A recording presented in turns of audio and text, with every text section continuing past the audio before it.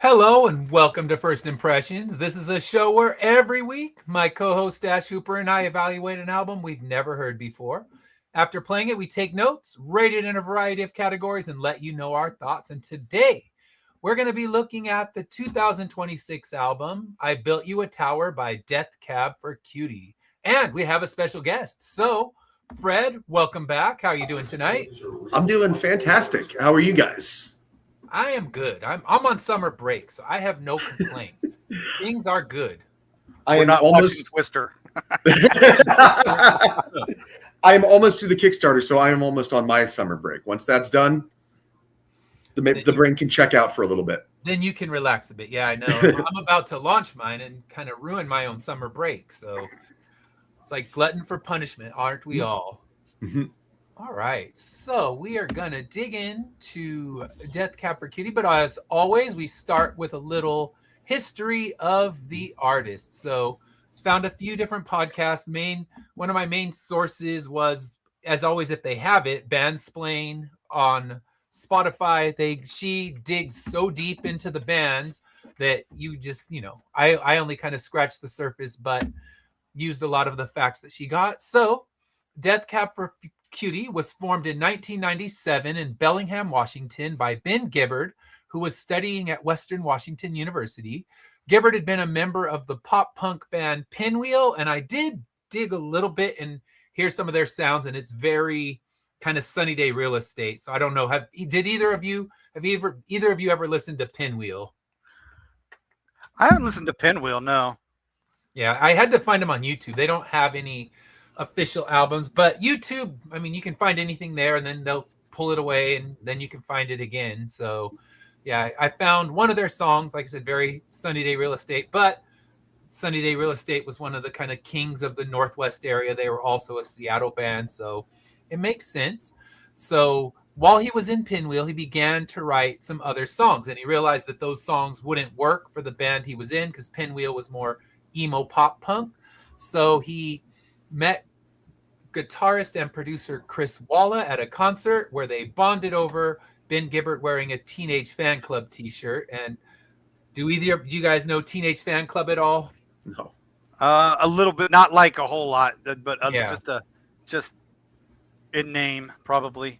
Yeah, the main thing I know about them is their bandwagon-esque album was in the spin poll and it beat Nirvana's Nevermind in 1991. So that was kind of what they became known for, is the band who got rated higher than Nirvana in spin and people lost their collective minds. But Spin stood by their review and say, nope, we still think it's a better album. So, and I know your feelings on Nirvana, Dash, so you probably would agree with them. But yeah, they bonded over the shirt and then they decided to form a band with just the two of them, and they named it Death Cab for Cutie, which they got from the Bonzo Dog Doodah Band, which was playing in the Beatles' Magical Mystery Tour movie a song called Death Cab for Cutie. So they got it from that movie.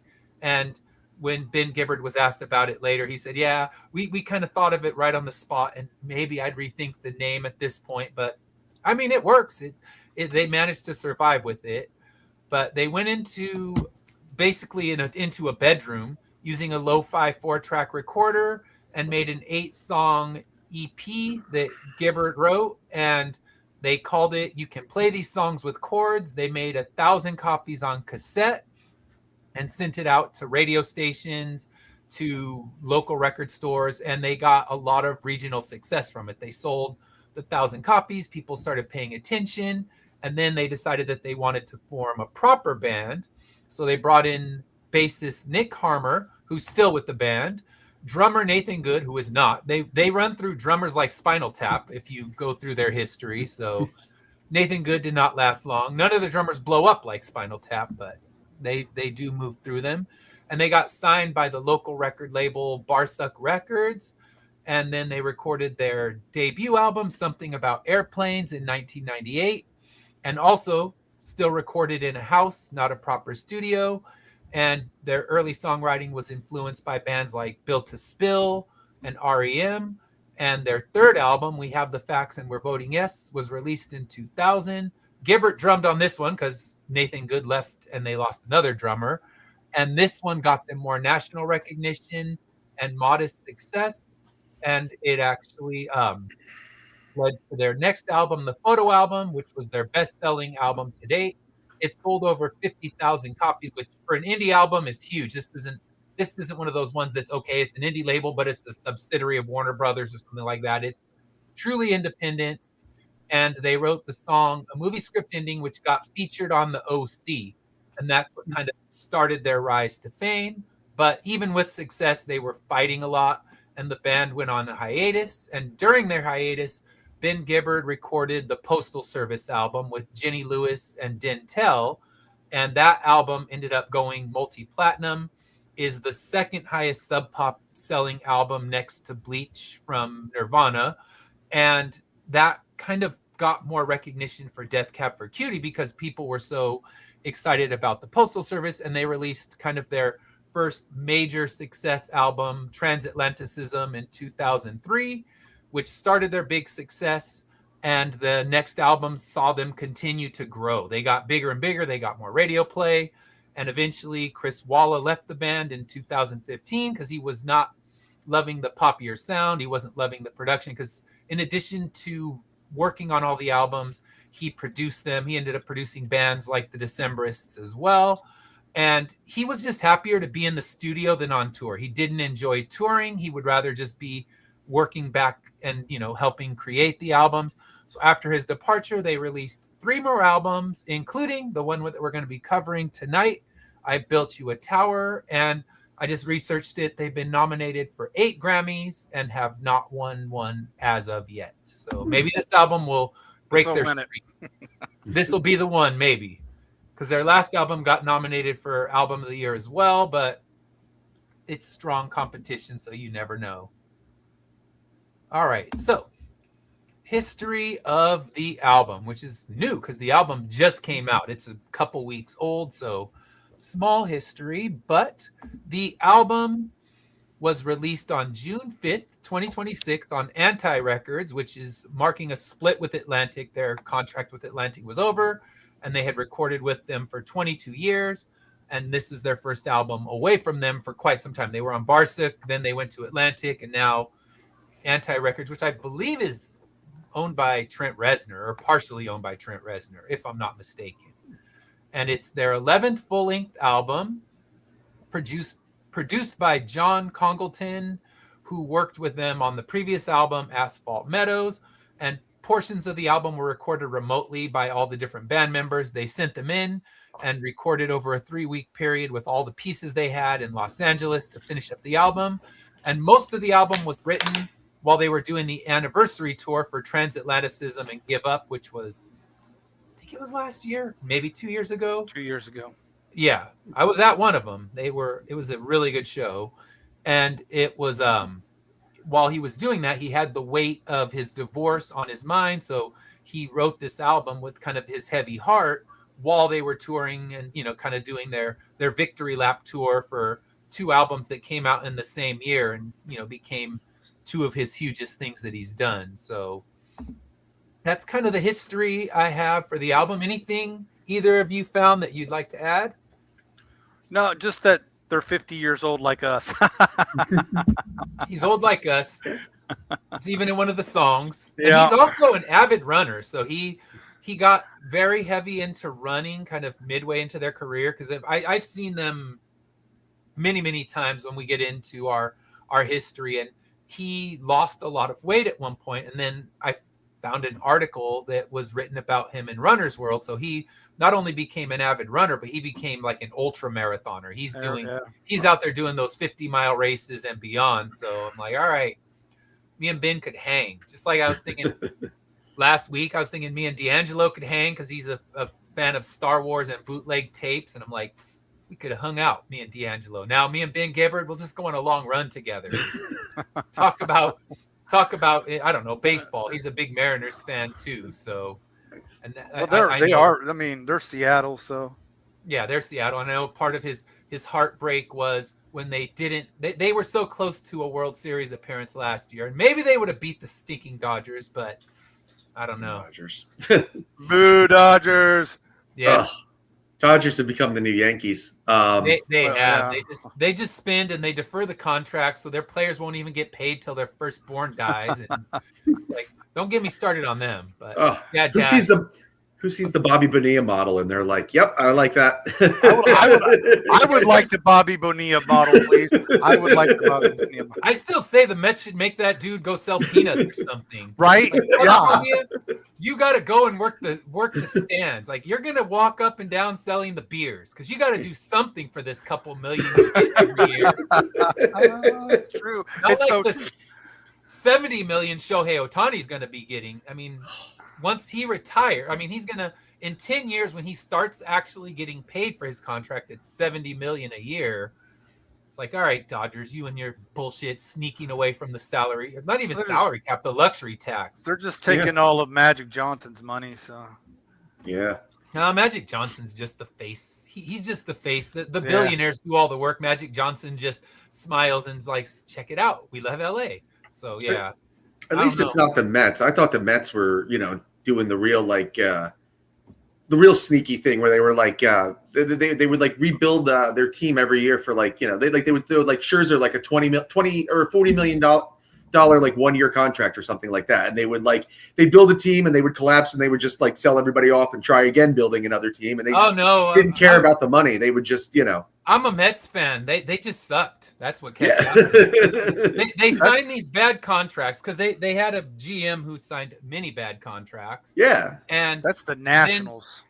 The Nationals are worse with that, but the Mets, they signed these bad contracts with really over the old pitchers. They're signing these 40-something-year-old guys to these contracts with big money, and then they traded them away and rebuilt their farm from it. But now they don't know what to do. They need to fire their GM. But don't get me started on either team. My team pisses me off as much as the Dodgers, but that's why I'm a Braves fan. That's why I'm a Braves fan.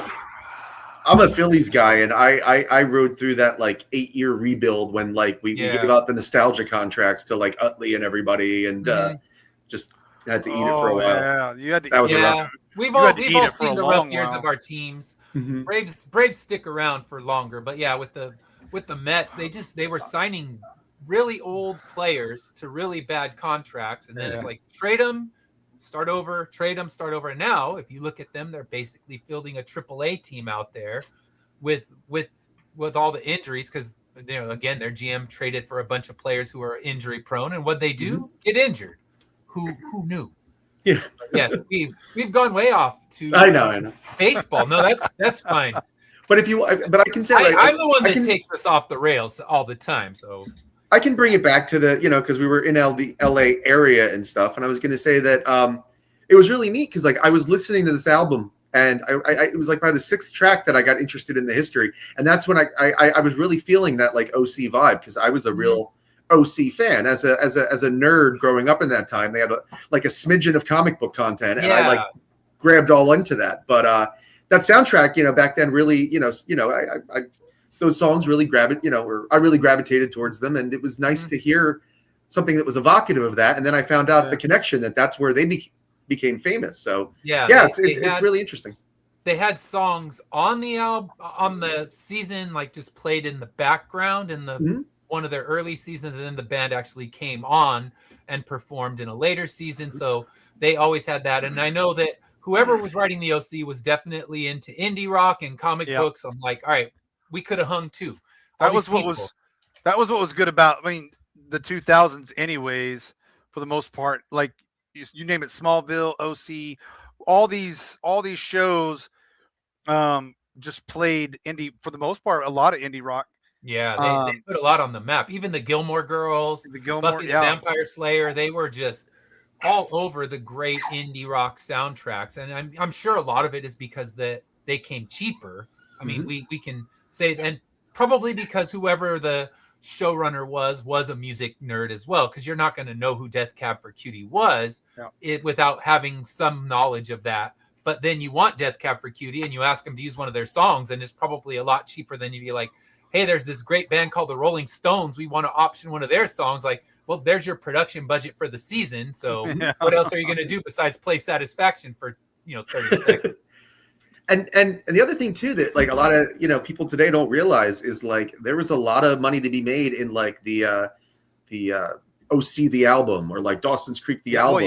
Each season they would collect it, and like if there was like one track on there that you liked, that was the curse of the CD. You would buy the $15 CD and TV soundtracks were huge because like I said, you get one whole season of OC or even going into Smallville again, you're getting some fantastic songs on the, I mean, it went to mainstream. It was going to the like Criminal Minds, NCIS, all of those mainstream TV shows were starting to use these indie rock bands and their at the end credits or for just a real quick scene, and you're like, who the hell is that?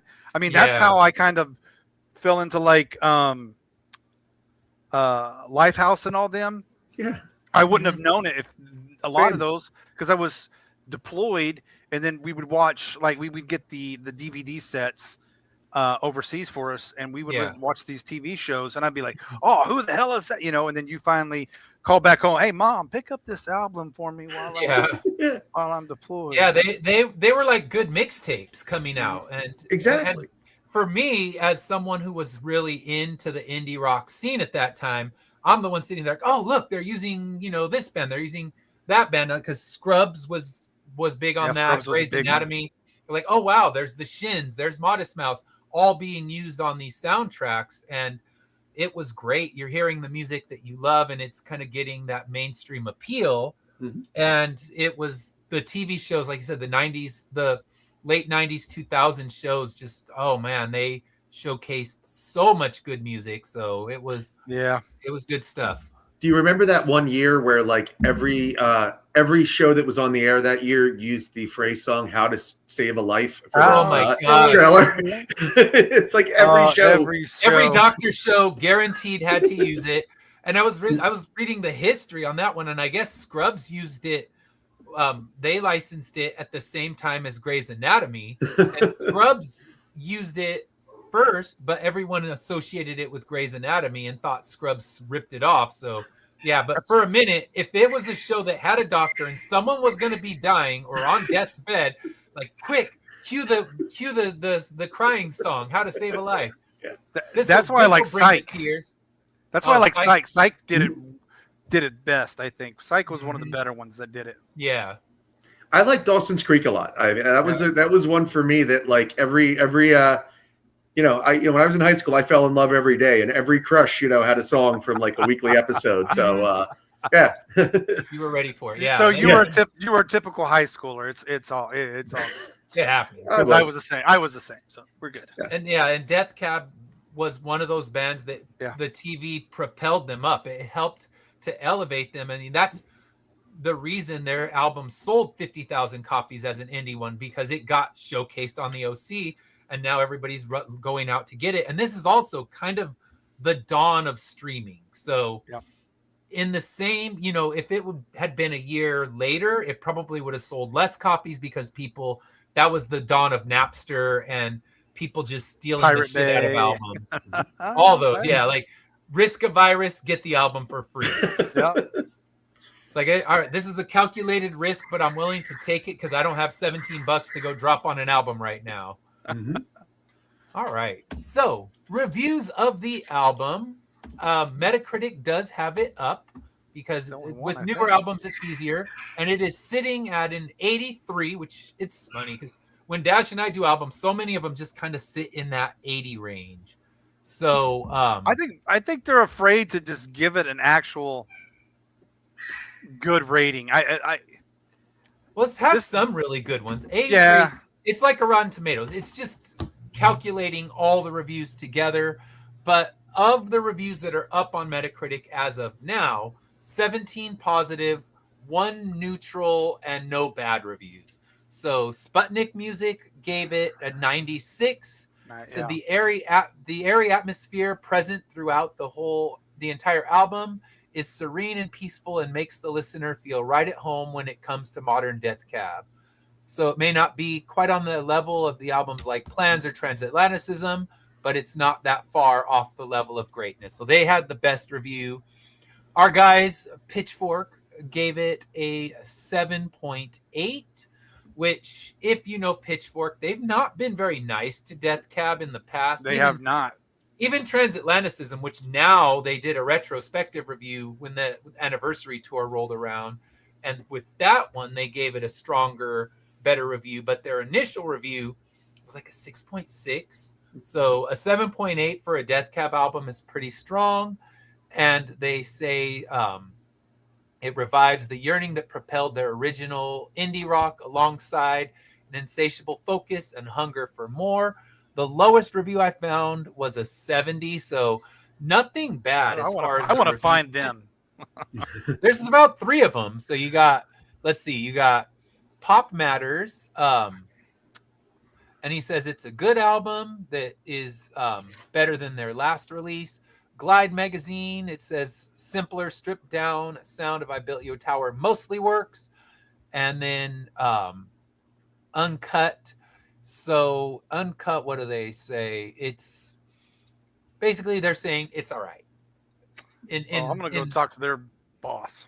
Well, I'm sure they've been sent some stuff from some people because that's how it goes. All right, so hey Sarah. Hey Sarah. What's up, nerds? Yes. Well, John's already called me a music nerd because he's like, I just listen to music. I don't need to know all these deep facts. I'm like, what's the? You do need to know these deep facts. I like learning them. You may get on Jeopardy one day. Music Jeopardy. Sign me up. I'm ready. Yeah, hell yeah. All right. So reviews generally strong. Since it's so new, there's not a huge amount of reviews, but what's out there looks pretty good. I don't think Rolling Stone has done it yet. At least I couldn't find anything by them.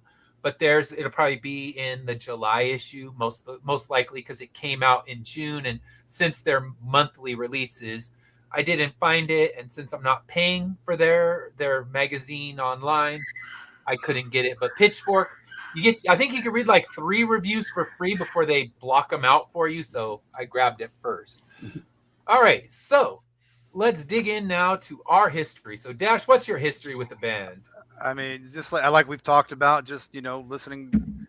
I mean, I Will Follow You Into the Dark has probably been on every TV show, movie. Oh, yes. Playlist.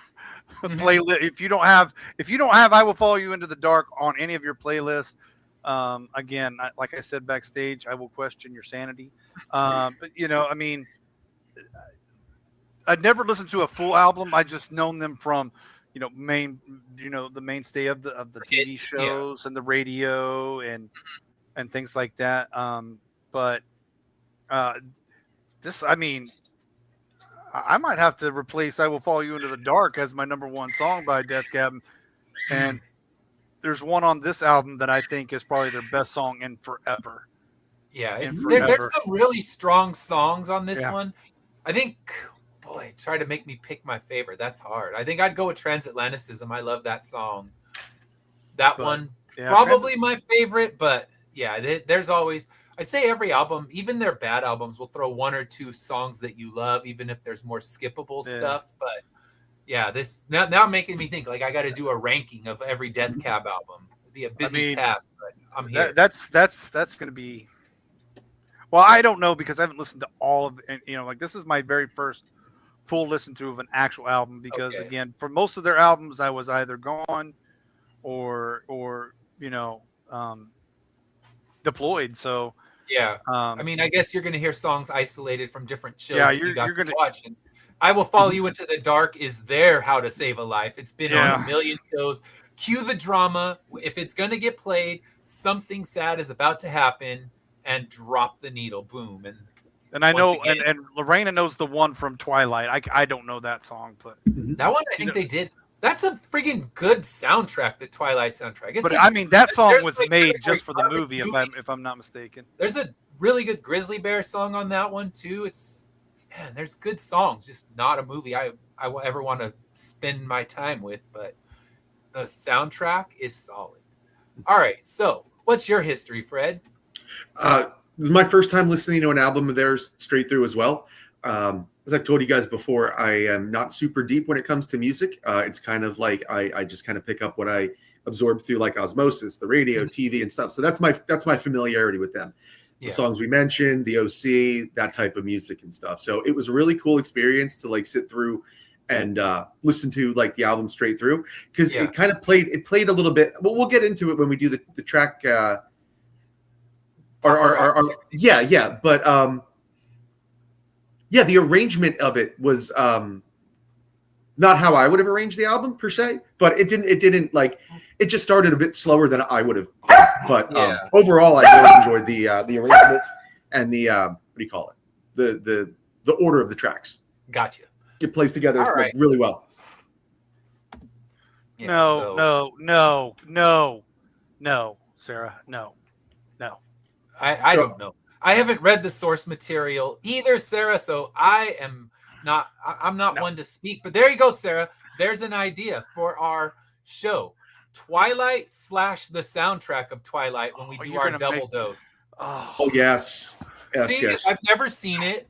Do you want to torture us, Sarah, with Twilight? Because we're going to do, coming up later in July, we're going to do a Monday show with Sarah and a Wednesday show talking soundtracks with us. Now, my thought originally was singles, because I still have never seen the movie.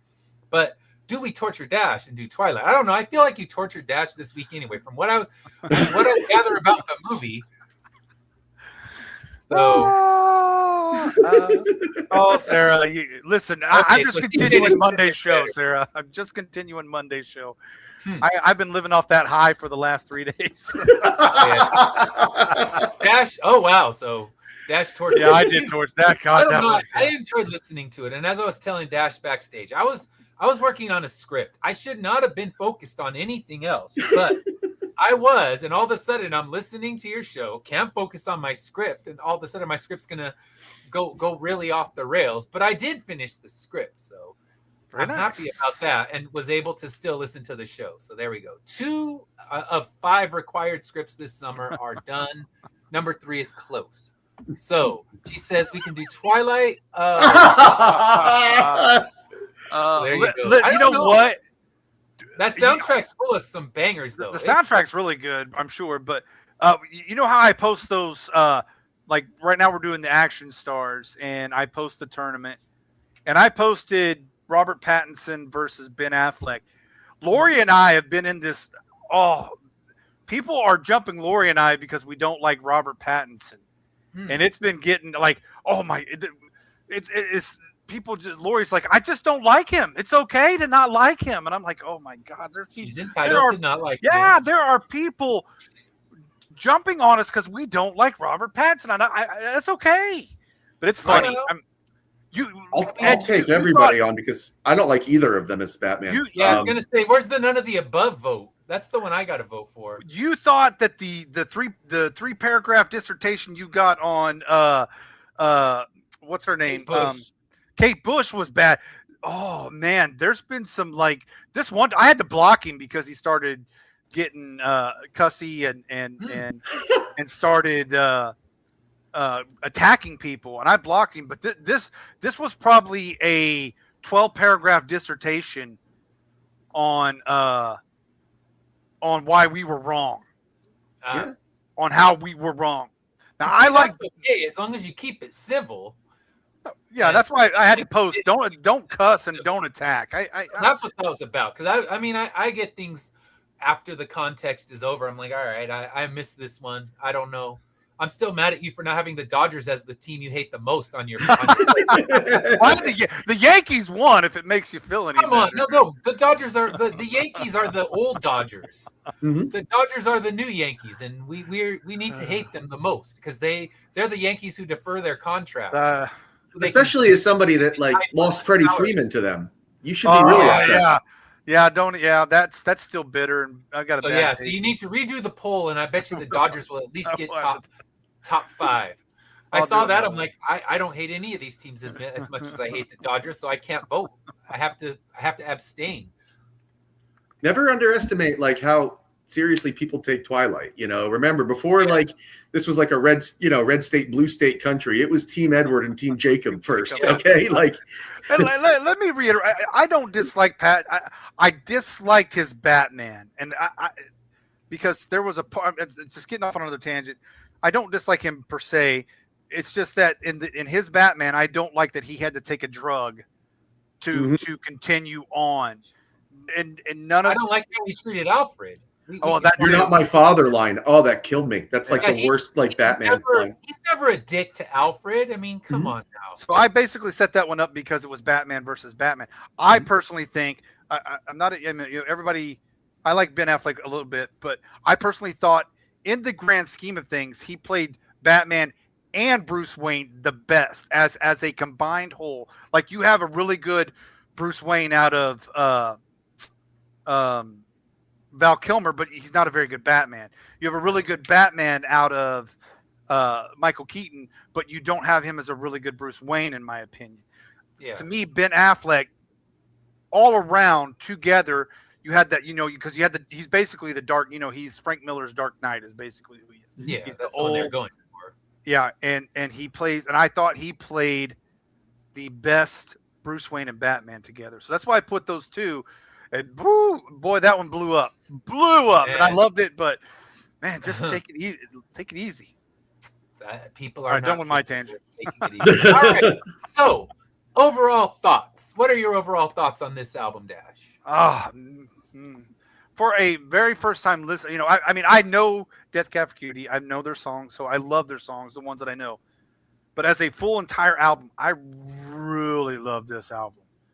And I mean, I know you said it kind of started off slow for you, but I kind of like that because you kind of it set the tone for what we exactly know now is what this total album is about. I thought it was well done. At no time during any of the songs was I like, God, I wish this was over. I was enjoying every song, and I was on vacation, so I didn't get to listen to it until Monday and Tuesday and today. And so I only got I got my first listen Monday, second listen yesterday, but I just enjoyed it, and um, it's strong. And like we were talking about the metaphors, if you don't understand the metaphors that he's talking about in all of his lyrics and these songs, I don't know. I don't even know if you know what a metaphor is then, He's not because Jeff Tweedy. He's not. yeah, He's not assassinating down the avenue. he's there's not a point where we have to say what is he talking about in this. Yeah. I think he's very direct, and I mean I fell in love with this album from the moment that we turned it on, and the girls even kind of got a little listen to it today, and they were kind of just like, oh, that's a really good song. They don't know what it's about, but they're like, Yeah. I really like the tune, and I really like uh and like we said, we've talked about breakup albums and divorce albums and heartbreak albums. We're on almost what 70, 69, 70.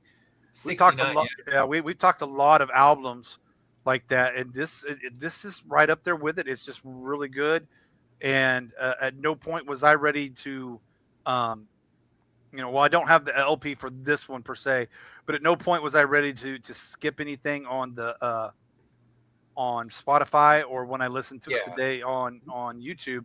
At no point was I ever ready to go, yep, I don't like that. It's just a good album. That's Dash's overall thoughts. There you go. All right. What about you, Fred? Yeah, I agree with most of what Dash says, but like I said before, the only hiccup I had with the album itself was getting into it with the first song. I kind of felt like it almost like lulled me to sleep before the album could get started. And I think I actually listened to that one twice because I was trying to pay attention to the lyrics, and I just kind of drifted out. I mean, that's on me probably because I have a real tangential brain. But once what is number 2 called?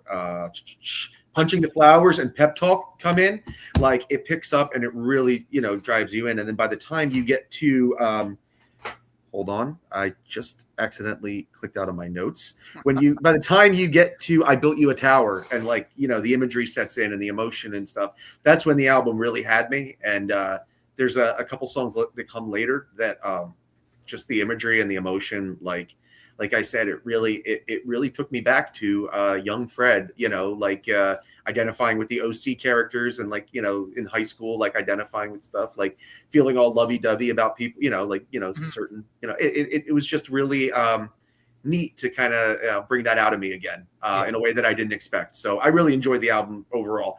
I would have maybe just changed the arrangement a little, maybe held that slower song talked to a about little that bit later, but moving albums around, and you can start, if it starts with Punching the Flowers, it would have a fully different feel to it, Yep. because it would start more upbeat. And if you threw the opening song later in the album, it would definitely change the feel of it. I mean, I didn't mind the feel, but I think we've talked about resequencing as a way to improve, and that could be something that could happen for sure.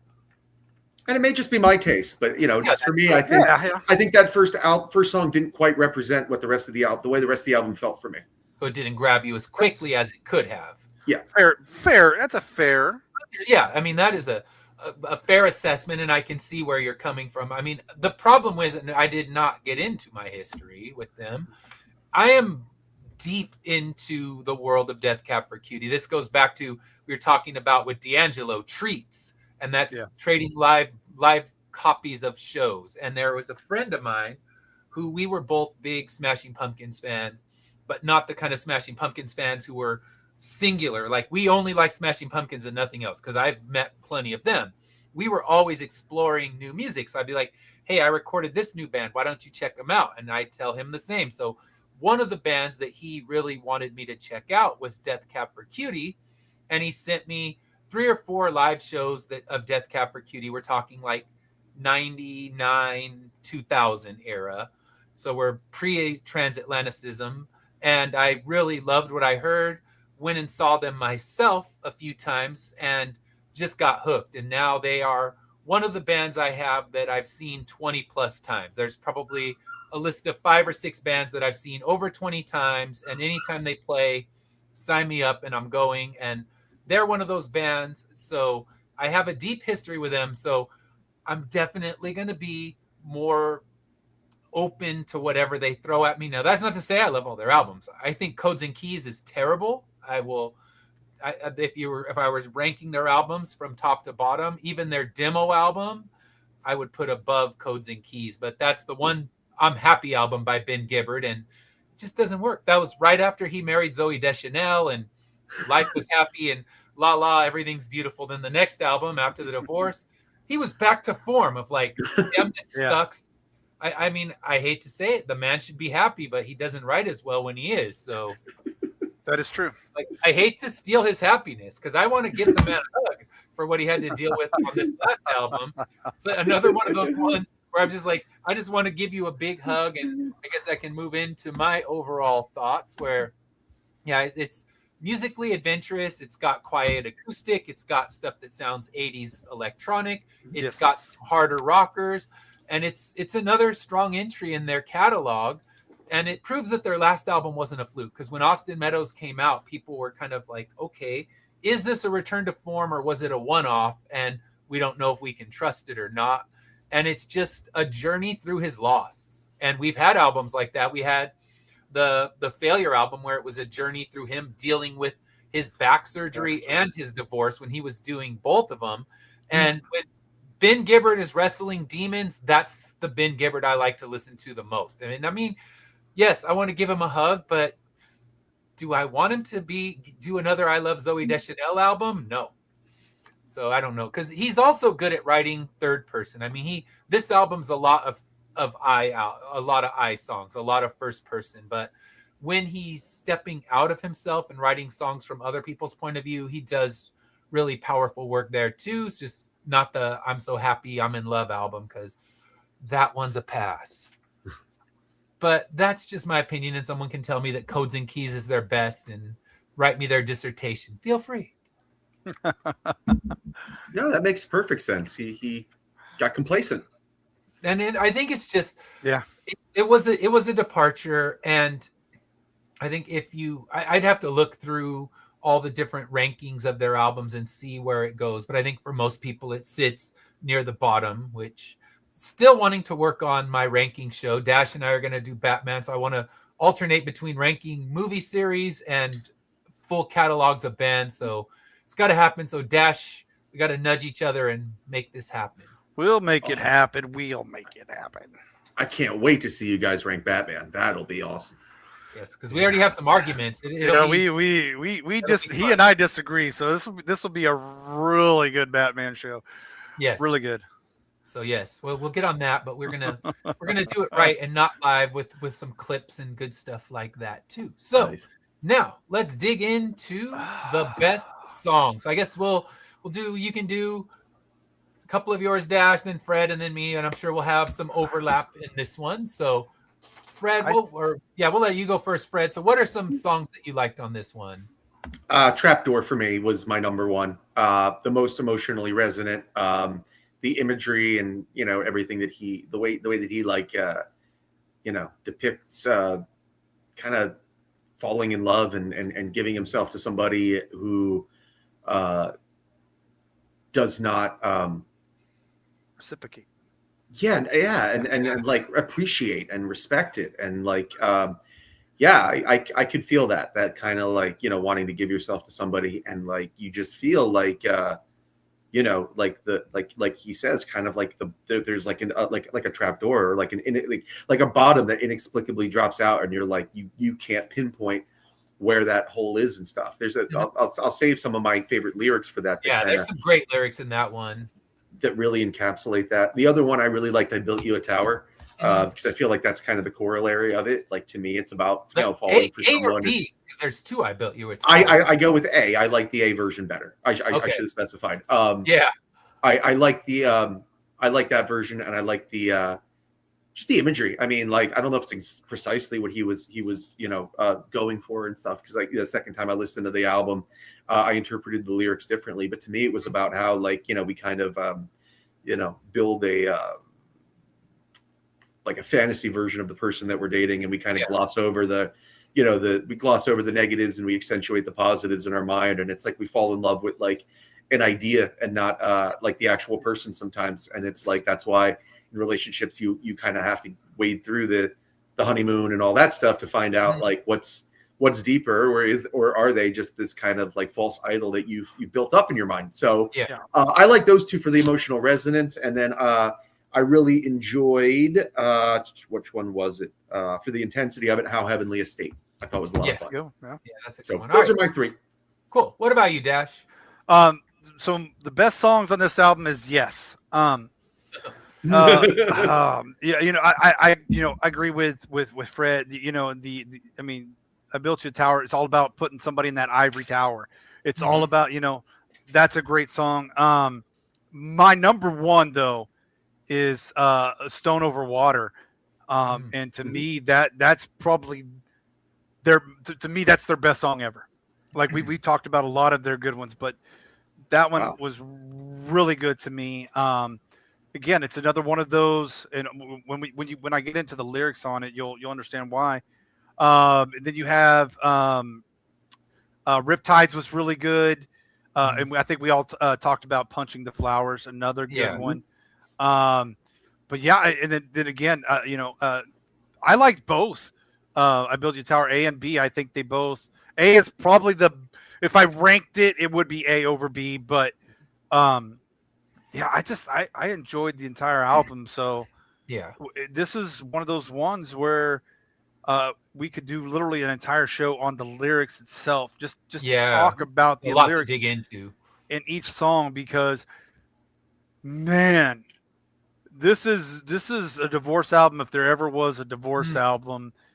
And I mean the spectrum goes woo, and but I loved it. So yeah, Stone Over Water is just, man, we're gonna talk about it here in a minute though. That's mine.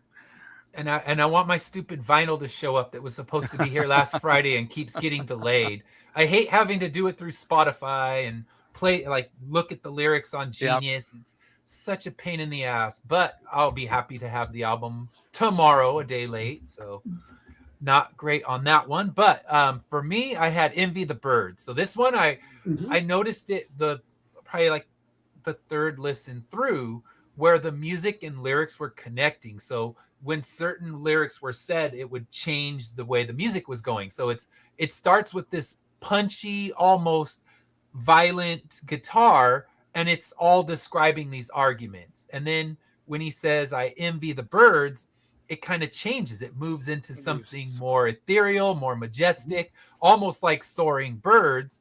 And then when he's saying speaking without words is safer, the music stays quieter and calm. But when he starts talking about the events that make him envy the birds, it's just this punchy and strong, like heavy guitars that move into this more calming and soaring thing when he's talking about the birds and he's talking about quiet being something better. And he does something similar in How Heavenly Estate, where it's another one where the opening is more frantic, it's more driving. It reminded me of the band Metric. I don't know if you know them, but it had a lot of those kind of qualities. And when he says the acceptance of collapsing under unspeakable weight, the music just collapses and it just kind of drops out and just turns into this noise. And then when he says how heavenly a state, it gets into this more ethereal beauty again right before it explodes. So I just love that it moves through and hits it the same way with the lyrics, which kind of reminded me of the Fugazi song, where when he would say stop and it almost sounds like a car hitting its brakes. So yeah, those were a couple of mine. And I had both versions of I Built You a Tower. I liked how the first version seems where it's almost like he's pointing the fingers at her, and then the second version he's kind of pointing them right back at himself. Yeah. Where it becomes more of this self-realization and he realizes, okay, I did some things that are messed up. And I think when the self-realization, it's harder. It's a more raucous song than when the original version where he's kind of like, oh, well, I built you a tower, you said it was a wall, things like that. And then it comes into, let me point some fingers at myself because I know I'm not doing the best myself. So yeah, those were some of mine that I had picked as well. And I think that's a great how the album ends with that self-realization as well. Yeah, and that's why I mean, I know we talked about it, but I think that's why I like the way it was. I like the way that it was kind of laid out on the bookending ways of it. Yeah, the bookending ways, because like I said, you kind of know where you're starting with. You know that it's going to be, but you're not getting slow all the way through. You're getting really good music, upbeat or faster songs. But I just like the way it bookend to me. That's a good point. And so that's why I say best songs is yes, because it is so hard to really just go, man, there's not a bad song on this. I mean, we look at it, all three of us nearly named all the songs on the album. Put the album into one basket. One basket. And I did like the opener. I think I can see where you're coming from, and if they had placed it later, but I think it was the way he intentioned it is to start with the kind of the somber vibes of, okay, there's loss, and bring it into the end of I'm part of this. It's not, because if you're dating a songwriter, you can know you're going to get your ass handed to you if you break up with the guy. It's like, you just managed to break up with someone who likes to speak in full sentence poetry through his songs, and it's going to be a rough go, and people are going to think you are the enemy, but he kind of put some blame on himself by the end. But in the beginning, you're just like, man, I would not want to be her, because people are going to see her like, how could you break Ben's heart, you bitch? So it's that's why you marry a pre-K or a kindergarten teacher. So if you guys do divorce, all she's going to do is go. She can't really cuss you out in front of the 5-year-olds. She can just say, "What a jerk," and then they're just going to be like, "Yeah." They don't know anything. I know. Good. No, I'm kidding. Us teachers eventually leave the classroom, and we can let all the 4-letter words fly. It's like, all right, my 3rd graders won't hear this. Let's go. But yes, Ben Gibbard, he'll just decimate you with words, and I would not want to be on the receiving end. And when he's in love, it's nice and happy, and when he's not, oh, look out, the daggers are coming. It's brutal, and his fan base is going to take his side. So, sorry, ex-wife, they're not buying it. That's why everybody takes the Swiftie. That's why they take her side, because they just get her side. But no, that's what, exactly why you don't date a songwriter, for sure. I mean, and he married Zooey Deschanel, who's a songwriter herself, but she never really ripped him apart like he did her on the album after Codes and Keys. I'm forgetting its name. It's There's 11 albums and it's a lot to get through. But yeah, that one where he's just not very happy and talking about her being an attention seeker and always hunting the spotlight and ignoring everything else. It's like, ooh, Zoe getting roasted. And where's your reply? Where's your Another retort? episode of Yeah, her I gotta retort go is back. another season of New Girl. Like, I will swim in my pile of money, sir. I got to dig that album up. I want to see, I want to see how pointed he gets. That's pretty interesting. Yeah, you can know, especially if you know the history and you know that he had just divorced Zoe Deschanel. It really. I'm gonna have to go check it out. Yeah, let me see. Now I'll pull it up. So let's pull up our next category and I will find the name of that album for us. So best lyrics. All right, Dash, what are some lyrics that stood out for you? All right, I may freeze up because I'm going to my notes, but you'll still be able to hear me. Stone Over Water. This is we talked about him accepting some of the issues that he had as well, but and it goes into that second verse right before the chorus, and how I wish I could claim that I don't harbor ill feelings as my anger's turning to shame and I stare a hole through the ceiling. I mean, listen, ladies and gentlemen, we've all had a breakup, or we've all had somewhere where we've just dealt with the loss, and whether it was it doesn't matter whose fault it was or why, but you can tell that he is accepting, like he could show he's showing I was angry, but now it's turning to shame because it could have went better, and I really reflect with that that core or that stanza in that line 100%. It just and like I said, I mean, this is one of those ones where you can just read the whole thing. And every day I awake like a stone over water, skipping across the lake before I sink to the bottom. He's trying to, he's waking up and he's like, okay, I'm going to do this. I'm going to do this. I'm going to do this. And as the day progresses, it's just like he realizes, and he just starts sinking in the water after his happiness, and he goes down. I just really love that song. Yeah, And that's one of them. And then I'll do one more, and then you guys can have it. So I don't want to take all of them. And then Riptides, I love it. And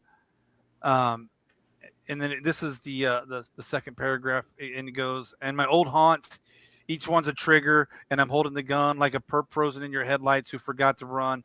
And I'm overcome by the voices multiplying in the crowd that's been swelling in between my ears and growing frighteningly loud.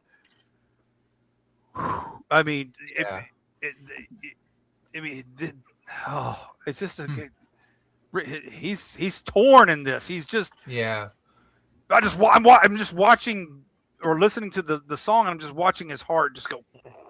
Yeah. And to think he's writing these songs while he's on this celebratory tour, celebrating, the 20th anniversary of these two, juggernaut albums that are, gaining traction as the years go by. And here he is just heartbroken writing these songs backstage instead of, enjoying the moment to celebrate these two albums. Because if you went to those tours, they played each album in its entirety. He started off with Postal Service and then brought in Death Cab and played Transatlanticism. And it was just, all of this, you wouldn't know. You see him on the stage and it looks like, all right, he's in such a good place. And then he's going backstage and writing these broken songs. So it's amazing to think that that's what was coming out when he should have been, excited and celebrating. And I'm sure he was at points too, but he's writing this album because he's just recently gone through this divorce, and it's there. That's what's really on his heart. So the album, by the way, is, I'm sure I'm going to pronounce it wrong. It's Kintsugi, and the two songs that are kind of right at Zoe Deschanel, No Room in Frame and Black Sun. So they're definitely right there, pointed at her, where you don't need to know, like, No Room in Frame is just her, like, always in the spotlight, and No Room in Frame for me. So that's his. For Codes and Keys was I Love My Zoe Deschanel album. This one was not. So he definitely was not in love with her anymore. A contrast in albums with, now You're a Spotlight Hog and all of those things. So Fred, what are some lyrics that stood out to you? So both of mine come from Trapdoor, actually, Okay. and Very good. I don't know why. Maybe I was just I was having very like literal brain when I was listening Hmm. to this album. The I Built You a Tower, I also took quite literally, and I can, I was really like putting together the imagery. But in Yes. Trapdoor, there's a line, there's a trapdoor in your heart that I'm falling through, and I can only get so close to you. I like, uh, I've been in relationships like that. And for whatever reason, like as I was listening to that lyric, I kind of envisioned like a literal heart, right? And like a guy kind of crawling up the heart and like Hmm. kind of standing atop, I guess, a ventricle There you go. and like falling through it. And it was just a very literal uh, image of like, like that he was like trying to get to like the center of her heart or maybe Hmm. even deeper, but like there was always going to be this like, trap door or moat or like literal thing that he can Yeah. never cross, and like as such he's never going to be able to get where he like really needs to be. And it's like a Hmm. real feeling of like, lack of intimacy and all the kinds of stuff that, Yeah. I think that we can identify within relationships. And then the other one, same song, was "If Only the Winners Write History, There Will Be Nothing on Our Page." Hmm. That to me felt like really painful and like really kind of like, Yeah. there's nothing worse than like a relationship that ends with like kind of a scorched earth outcome. Like Yeah. Yeah. even the relationships that I've had that might have ended badly in my life, I can at least point to and be like, okay, at least like in my writing, I can draw on like what it felt like to be in love at this moment or to have that Hmm. experience or whatever. But like for him to kind of be like, yeah, we both lost and like nothing Yeah. good came out of it. Hmm. Man, that just really, that's palpable pain. Like there's nothing worse Yeah. than like wasted time and wasted energy, and to feel like you really got nothing out of it. Yeah. It was That I just felt. a waste of both people's time. Yep. Yeah.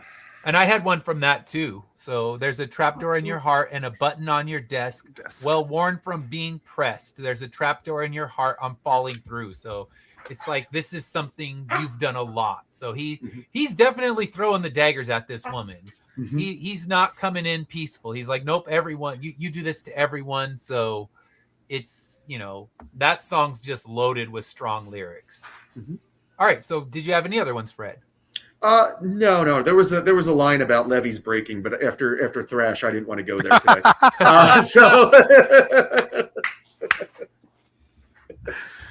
Oh yeah. Yeah. no, I'm done on that note. I'm done. That was All right. great. That was great. So I have a couple. Let's see here. I had where the flavor of metal. This one is just like, all right, are you an 80s kid or are you an 80s kid? Yeah. So when I was a kid, I lived in fear of razor blades in the candy and Bloody Mary in the mirror. Now when I taste something sweet, the flavor of metal is overwhelming me. So it's just like, man, all these little references to That's a good trampolines nostalgic song. and Good the nostalgic and the song. lawn darts, and it's just I mean it's one that you can take on the surface, or you can take it as, okay, he's afraid to put himself out there because he grew up in this fear of all these things, and now it's his whole world is cloudy. But yeah, just always tasting metal in the candy is just an interesting thing. And it's like, man, if you grew up in the 80s, always those PSA commercials like, oh, check your candy. There's people putting poison in razor blades, and now it's fentanyl. It's everybody's trying to ruin your candy, and I don't know anyone wants to spend that money on candy just to ruin it. But Yeah. the legends were out there, and it was the dangerous thing. So any other lyrics you want to go through, Dash? Because we want No, to I share them covered all around. mine. Yeah. No, I covered all All right, so mine. let me I mean, see. I got to find one more then. So mean, yeah, I have so many, so I don't want to do all of af- them. after doing this show, I feel like we need to start a college class where Yeah, we teach. I mean, because some of the albums we've listened to are so good and can teach writing. Like I'm serious. yeah, Like if you're a brand new creative writing person, this some of these albums we've listened to are just so fantastic at that, and I think yeah. it would just translate so well. And I always liked after we're done doing these shows to go back and like re-listen to them again to hear what you guys bring to it. Yeah. Like I really Yeah. get a lot out of this because I never delve as deep in the music as I do when I come on here, and I really enjoy it.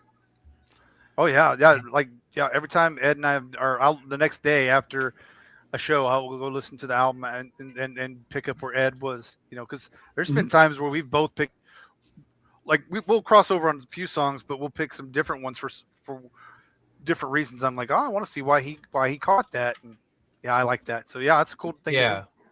Yeah. Yeah. And I was looking for the one where he's talking about his graying temples and all that. So Oh, that one. now I can't find it. But I did have and now I'm waking up at sunrise and just lying in bed, giving myself a pep talk to survive the day lying ahead. And it's just, man, you can think that's not even about just a breakup. Like if you're just in a depression, it's one of those things just like, all right, you can do this. You can get through this day because we've all had those days. Yeah. So yeah, I cannot find that one. That was Stone Over Water. Stone Over Water. The temples fading. The temples fading to gray. That's what you're. Yeah, that's Stone Over Water. He's just talking about being, just getting to being 50 and finally hitting the age and it taking its toll. I think. Yeah. If I remember right. So let me see here.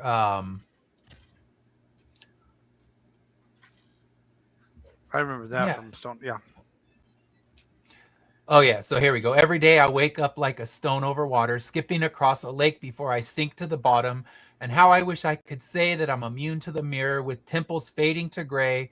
I'm seeing the end drawing nearer. It's like, yep. That he's our age. We know that because if you had to have grown up in the 80s to understand all that, like meddling candy and all that stuff. So it probably, I mean, this probably did age him a little. I mean, like you said, he's gone about and running and everything, but it probably did age him. I mean, you start getting up there in the late 40s, early 50s, and something like this is going to, one day you're going to have nice black hair, and then bam, the next it's because of something like this, you just like this. I had this since the military, so. That was the troops, some of the troops I had to put up with. The stress, the gray, it just ages you quickly. My whole life, I had like a baby face. This frown, all this shit here did not exist until I started doing Kickstarter campaigns, and then since I started doing it, I tell people it's like I've aged like Lincoln in the Civil War. It's eating my face alive. I need to get one of those Robin masks so that people don't see the damage. Yeah, there you go. It's hide behind a Robin mask. And I think that's, like I said, that's what the Stone Over Water is. It's just it's the accept, or it's accepting what he did, but it's also the toll it took on him and how he feels and aged him. I'm sure it aged him, and Yeah. So yeah. But yeah, that's why I think it's such a fantastic song.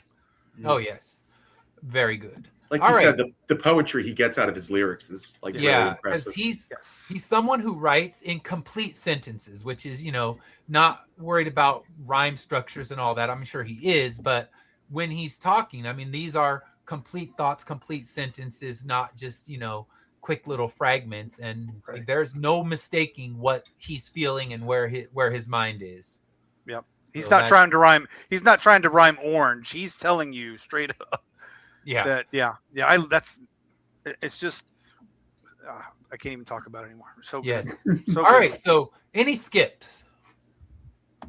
So Dash, anything for you? No. I mean, this is a solid number 1 to number 11 song without skips. Like I said, there's at no point when I was listening did I ever go, I need to skip something, and you're in it. You're in it from the drop of that first song to the end of I Built You a Tower B. You're in it. And man, it's rare that we even say that about any album on here. But I'm in it. I'm in it to win it. Awesome. All right. What about you, Fred?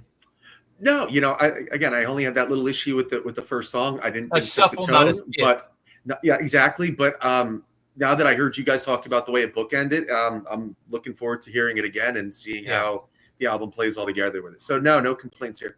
No, I'm with you. There's no skips. I mean, I think I've given it about 3 listens as well. I was waiting and hoping that I would be able to play it on vinyl for the first listen. And as I realized I wouldn't be able to, my first listen was Monday. But I did a Monday listen. I did a run with it. And it's one of those ones that works for running. I mean, first song aside, now that might be the one that I can say is not great for a run. But the rest of the album, do your windmills. Yeah, there you go. That's your warm up and stretch song, and then it's got a good tempo. It's got good movement, and I found it really good, and I played it one more time this morning. So it's one I'll be happy to revisit tomorrow when the vinyl actually shows up. Yep. So it's not I won't be complaining. I just wish that I could have done my first listen that way instead of Spotify. It's it's great that it's there, but when you pay for it, you want to be able to hear the real thing. And I bought it from their website, which is always slower than Amazon, but I don't need to feed the billionaires, so I'd rather wait than put more money in his wallet. I'm going to ask you to feed the billionaires here in a minute when I talk about my book. Yes, well, that's the Dash and the billionaires, unfortunately, but yeah, it's one of those things where if you can buy directly from a band, it's always much more beneficial. So kind of my PSA for the night: buy from the band when you can. If you go to a concert, buy straight from their merch booth, because that way it goes all into their pockets. Because if you buy from a web store, inevitably that web store is going to be taking their piece of the pie. But if it's at a merch table, it's all in their wallets. And I definitely practice what I preach on that, because I have wonderings where I'm going to fit all these damn albums I keep buying from the merch booth. But that's a problem for another day. It's a good problem to have sometimes. It really is. I'm not crying, but it's kind of like, oh damn, I have a rack. It's got enough room for like maybe 50 more albums, which seems like a lot, except for when you buy the shit out of albums. So yeah, when you go to 50 concerts in 3 weeks, it fills up pretty fast. Yes, that is true. Yeah, because I did those 4 shows in a row, and I think I ended up with 8 albums from those 4 shows in a row to celebrate the end of my year. One of those, I don't know if you guys have listened to it, but the newest album from Hum, Inlet, is so damn good. No, but you got me hooked on Hum, so now I'm gonna have to. You got to play that one. I bought it at the merch booth, figuring, okay, I'm gonna get it at their table and know that I'm again feeding the band and not the mega corporations. And I would say it's as good as the album we covered. At least equal. It feels like I get lucky because I've had like a couple of really good albums when I've come on this show. Like I was here for the Hum one, I was here for this one. Like, there's been some really solid ones. You haven't hit one of our clunkers yet, so even the Counting Crows one I really enjoyed. Yeah, that was a good one. That was a great album. Yeah.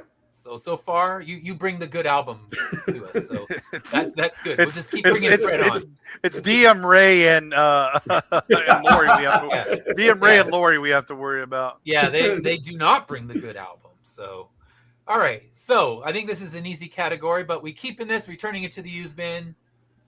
I think we're all keeping on this album, and I mean, if you aren't well versed on the catalog of Death Cab for Cutie, I can definitely recommend like their first 6, like everything before Codes and Keys is well worth listening to, and then Codes and Keys and Beyond is not that there's any terrible albums, but you don't get any like back to front perfect albums. I think this is their first one since Transatlanticism, I would say, where it's just top to bottom a perfect album. And yeah, I mean, their catalog is well worth exploring. And if I do get to the ranking show, someone can have to listen to all 11 with me and rank them. And that'll be a nice, fun, daunting task. All right. So next week, we will be listening to another band that's, most popularized from the 90s. And that is the Modest Mouse. And I got to read it. It is an eraser and a plate. Maze. And a what? And a maze. I cannot read that for Maze. my life. I'm like squint time for sure. But yes, the new Modest Mouse. It just came out as well. They actually, I think they dropped 1 week apart. So I told Dash, let's pivot because we haven't had a chance to cover a lot of No, it new was stuff because that was great. we Like, missed. you like hit me. I'm on vacation. He's like, we're gonna do Death Cab for Cutie. I'm like, all right, great, no problem. Mhm. And then, Yeah, I mean, a couple days later, he's like, hey, we're gonna do Modest Mouse. I'm like, hey, that's perfect. I mean, it was. I like doing this sometimes. I'm glad that we get some of these new albums because it's rare that we get to hit. Like, a few times we've gotten a drop where yeah. I think we're Gorillas we got right on yeah, time. Rilla's was right on time. This one's right on time. So that, yeah, I'm excited for Modest Mouse too. Yeah. And this will be their first non-major label album in a long time. They were, I think it was on Warner for many years, and that contract is up, and they're back to full indie. So we'll see how it goes. Modest Mouse is another of my 20 plus bands, so I've seen them a lot and am a big fan. So we'll see. But I will not say they have a flawless catalog. There are a few clunkers that I never listened to. So hopefully the new album is not one of those few clunkers that I never listened to. But we have a little bit of promotion. All three of us have a little something to promote. So, Fred, let me pull it up real quick, and then you can tell us about Fisticuffs. Absolutely. All right, let me get this up. Got to So, get logged in, so just a second. Don't need absolutely. anyone seeing my stuff. Then I can squint some more, like that Modest Mouse title that just was fully blind for me. So there we go. I know I've backed it, so I'll just go into my backed projects. I'm at Yes, sir. 599. I need one more to get to 600. So who's got a Woo! project for me? Drop it Ooh. so I can back it. So there you go. Whoever drops a project Matt, in the Matt's chat, Matt's will. got. Well, have you backed the new Tatsumi? I haven't because he's coming on the show Saturday, and I always back during the show. Nice. And I'm working right now on a book break 1 minute review for that one. And then Fred, yours is on my list. You're third down the list. But Sweet. now that I'm off, I'm actually knocking out many of More these clips reviews. for you, Fred. More clips. I've been using them all, man. I've been very lucky with a lot of the responses I've gotten to this book. It's really touching, Yeah. like I kind of shared today, like it's it's a really personal story to me, and Dude, that fish Yeah. one gave me goosebumps. I'm still get goosebumps when I'm thinking about fish. that was and it was so like unexpected, it was just out of nowhere. It was out Yeah. of nowhere. yeah, and it was Yeah. timely too, because it was like in that middle like lull of the campaign, or like end lull of the campaign, and it's like Yes, and to realize that it hit somebody like that, man, it was reinvigorating. that's great. So yeah, Fisticuffs. It's the story of a functional drunk whose comfortable life derails when a one-night stand has deadly consequences. It is the dark, twisted sense of humor of The Boys meets the explosive action of Invincible with the kind of deeply personal storytelling that you might find in like a Martin Scorsese movie. So I alluded to earlier today, this really draws on my own experience. I am 11 years sober. I had a really bad bottom. A lot of really awful stuff happened to me. A lot of it self-inflicted, right? I had a lot of, I had an addiction problem, some mental health that I was not treating, and just a lot of stuff swirling around that caused me to really kind of downward spiral and kind of become somebody that I didn't recognize. And as I said, frankly, it's a problem that I should have recognized a lot earlier, because like I started writing the story 20 plus years ago, with the same kind of themes at the center of it, because I knew they were issues, but you kind of kick the can, and you kind of want to not believe it's so bad. So so when I was able to kind of get through that, completing Fisticuffs and bringing it to life was a real catharsis. And I really hope now that it's I want it to be like a really entertaining, crazy, over the top story, which it is, but the patterns and the emotional beats and all that stuff is really real and really patterns after what I've been through. So hopefully it'll entertain people, but also hopefully it'll, it might get some people to think a little bit critically about how they're behaving and, worry about, the consequences and where it's headed. But, again, while being really fun and crazy as well. It's a book that hits a lot of notes that I think you guys are going to really like. So I urge you all to just test drive it and see. Like I said, we've gotten some really amazing feedback from people that have really responded to it. I think it's the personal aspect that they, respond to. So yeah, test drive it for yourself and see how you enjoy Fisticuffs. Awesome. We got 24 hours left, and then we're gonna have late pledges going for a number of weeks. But please get in now and support us, and help us get those final numbers. As much of a success as possible, and help us unlock some of those stretch goals. Last thing I'll say, when we hit 100 backers, I wanted to do kind of an extra content reward. So what I decided to do is a short 6 to 8 page script that I'm going to put out. The only restrictions on it are that you cannot copyright it or monetize it. But if anybody out there, we've had some fan art people, kind of enjoy the project so far, you can use it for your own enjoyment to read the story, where it's going to be some secondary characters. We'll do some fun stuff with that. You can adapt it into your own sequential art, show people, put it in your portfolio, show people how you can, adapt a script to a story, and just enjoy it and welcome people into, the Fisticuffs world. So hopefully we get to do all that. Yeah, hopefully we get to keep growing this project. Sounds good. And I know Floaters is one of the digital bundle if we can get there. So that's 5,500. Yeah, I try to pick stuff that I really love to, and I've talked about Floaters a lot, man. It's an awesome concept, but it's just got such a great like skin crawl ick factor. Where it's like, yes, it puts you in there, and it's like your eyes become uncomfortable reading it. I loved it. It felt like one of the most visceral horror books that I've read recently. Like it really. Ed, I am ready for you to write the script, the TV script or a movie script to that book, because that's how good it really is. Mm-hmm. Yeah, that Floaters is so good, and just like I'm right there with Fred. You are. It's real. Like you're just like I'm waiting for. As I read it, I'm waiting for it to just pop out. It's so good. It's so good. Well, as Fred said, when you're coming at it and it's partially autobiographical, it's a lot easier. Yeah, because you're literally reliving things. Now, obviously, mine it takes wild, fantastic turns that you don't go to, that didn't go to my real life. But when at least 60% of it I really encountered, it's kind of the story wrote itself. Yeah. It's the story that had to be told because it was writing itself as I lived it. So, yeah, and again, it's just really like when you get like. I watch a lot of horror and a lot of body horror and stuff. And like when it gets under your skin in that way, like even as I'm talking about it now, I can feel like my eye throb just a little bit. Like it's still got a, it's still got like, it still gets under my skin. So, or under my chitin, I guess you would call it, or whatever. You go. Yeah. That's the fun thing, pitching it at a con and watching people squirm. Yeah. Just like, oh yeah, and this is about this. Cause you pitch Immortal Era. It's so, they're not squeamish over that one. Then you pitch Corruptor and they're kind of getting uneasy. Then you take them straight to Floaters. I'm like, yep, I just got you completely cringing, and that's beautiful. Yes. So, yeah.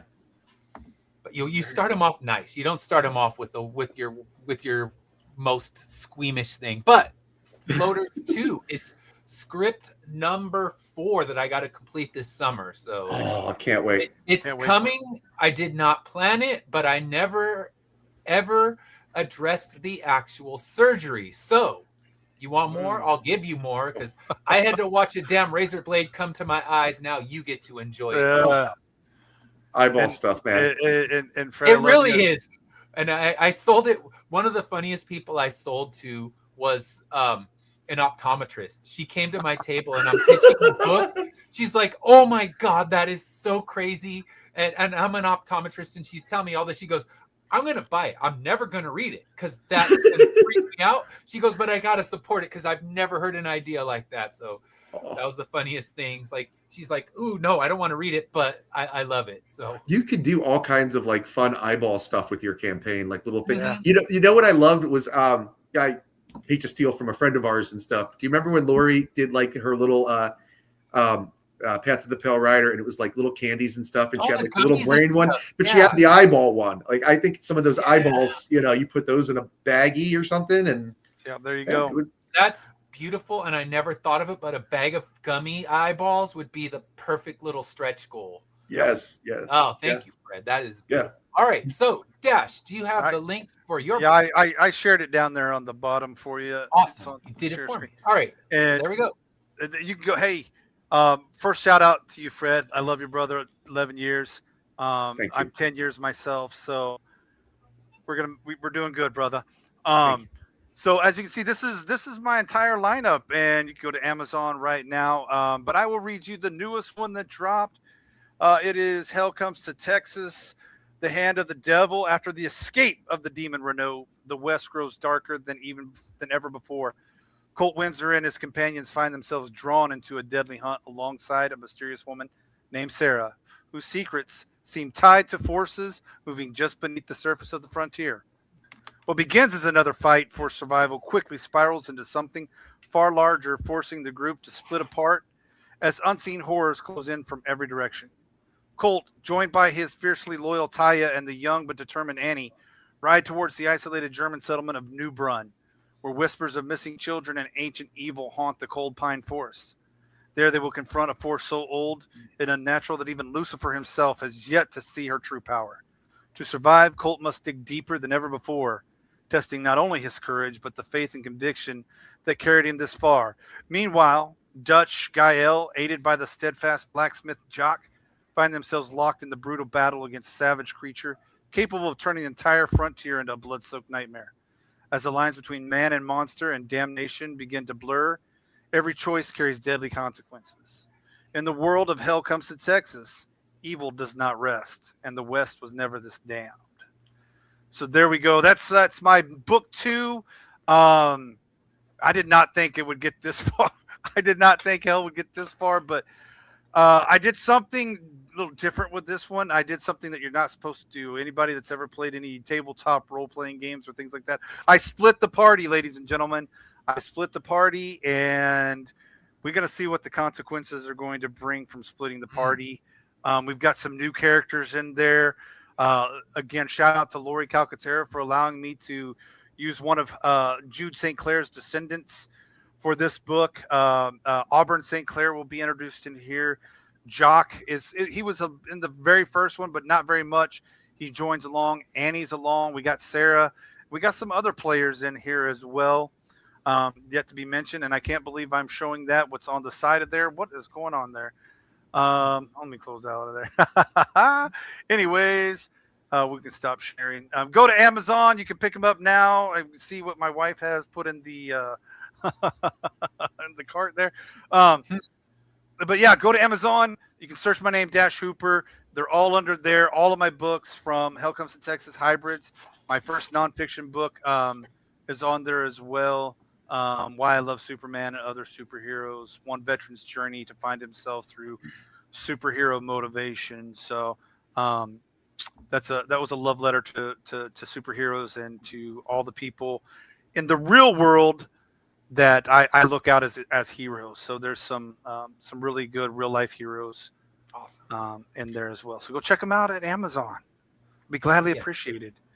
Yes. I am absolutely going to pick up that Superman book right away. I mean, I'm going to check out the Texas series too, but I am very idealistic when it comes to superheroes. And I saw that the other day. It just went to the top of my queue of stuff to pick up. So I'll be checking it out. I am going to revisit that one. I talked to Lori. Lori and I had a big discussion about that. So I think I'm going to update it and expand and have a second edition where it's expanded and put some of the stuff in there. Because that was, like I said, that was my first one that I ever wrote. I was nervous and I didn't really know what I was doing with it. Mm-hmm. So I'm going to update and expand it. And so probably looking for that next year or late next year where I've and put all the stuff that, it's going to be the director's cut, if you will. You're going to add more CG animals. I will not Lucas and a bad scene with Jabba the Hutt. So I will not Lucas your book. Digitally remove like the facial hair. Yes, digitally remove the facial hair. So all of a sudden we're going to see We're going to see a stormtrooper riding a bantha. Yeah. That's so and a Jabba the Hutt scene. So yes, just expand, but don't Lucas. There's your All right, so I will be quick in my own shameless self-promotion. We have Immortal Era number 12 and the trade paperback and hardcover coming out. So Immortal Era is a story set 200 years in the future where death is gone. Everyone has become immortal. but not with powers and abilities. So it's focusing on a group of heroes who are trying to find a way to bring death back into the world, because they know the only way they can truly save humanity is by killing them. And this is the halfway point of the book. It's going to be a 24-issue series, and this is going to be a huge turning point. I make some major changes in the universe that will affect everything that comes beyond this. And since you've already been invested for 12 issues, we end it straight up on a cliffhanger. I give you a cliffhanger, and then issue 13, the artwork is beginning right now. We're already working on the artwork for issue 13, so we should see that by the end of the year. So we'll have the trade and issue 12 coming right away, and then issue 13 by the end of the year, and then somewhere in the middle we'll have the Karen Hunters, and we'll have Dracula versus Sherlock Holmes. That one is just where I'm actually meeting the publisher next week, so I'll be able to get some more information on that one. And there's also some information that he's going to be doing something with Immortal Era #1. So kind of details are sparse, but I know it's going to be turned into a motion comic with full score, and they brought in voice actors and everything. So fantastic. So that's going to be happening. I don't know all the details, but I should be getting my first preview of it next week when I meet with him. So this is the cover of the trade, the soft cover. This will be the cover for the foil edition. Oh, I did that one. This one is going to be the hardcover trade cover. And then this one is going to be our variant cover. And Mr. Fishley is working on what's going to end up being our main cover, because I wanted something fun and explosive. So he's working on that. We don't have it yet. We have the black and white of it, but that will be done by Fish. So it's in pre-launch right now. I'm launching it actually on July 3rd, right alongside Lori. We're going to do a dual launch again, and we're going to have some cool stuff if you buy both books. So there's going to be a cool metal card that you can get that'll have both of our metal covers available. And the last metal card, I put them out, like I had a few left after the campaign. I put them on my table and they blew right out. They're just beautiful cards. So you'll get that for backing physical of both books. And yeah, July 3rd. Do you want to come on the 5th, that Sunday? And I got Lori on the July 5th. Do you want to come on the 5th and do the double launch there as well? Yeah, sounds good. All right. Nice. I got to double check the calendar with the wife, but it sounds like a plan to me. And then July 4th, I don't think I have a show because no guests want to come on the 4th of July. I tried to get a bunch of British guests, but we were going to do the 4th of July British invasion, but I'm still working on it because I think it could be fun, but not yet. So if someone wants to come on the 4th, let me know. And there you go. No one has commented. You send me your Kickstarter link. I will back it. So you can be lucky. I'll come on the 4th and we can do our top patriotic movies or something. Yeah, we could do, or like the 4th. We did a Thanksgiving day. We did a Thanksgiving draft, or we drafted the foods for Thanksgiving. We could do that, or like independent movies. All right, so we got Dash. We can get some more people because it's early enough before the fireworks. Yeah. Keep me in mind. I might be able to do that. All right, cool. I'll let you know. Yeah, I'll send you because our stuff doesn't start till 4 or 5 o'clock. So we live half a block from where all the festivities are. So we'll just walk. Same, yeah. We can just walk to the corner of the street, and there's the fireworks show. So it's beautiful. Gotta love having that. I'm down for the 4th. Yeah. So in the meantime, back fisticuffs. You have time. Follow my book. It is free. It costs you nothing to hit that follow button and head over to Amazon. Feed the Dash, not the billionaire. Feed the Dash. That's what we want. And I already have your signed copy here, Ed. Awesome. That's what I need. All right. So, and then next week we're covering Modest Mouse with the tiny title that I can't read. But it should be good. I'm looking forward to it. Big Modest Mouse fan, but like I said, I'd say if we're comparing catalogs, the Death Cab catalog is better than the Modest Mouse catalog. But I don't know. I think the highs might be better in the Modest Mouse one. Ooh, I don't know. We have to think about this next week. But until then, have a great rest of your week. I will be back on Saturday with Saturday Morning Comic Talk. And until then, have a great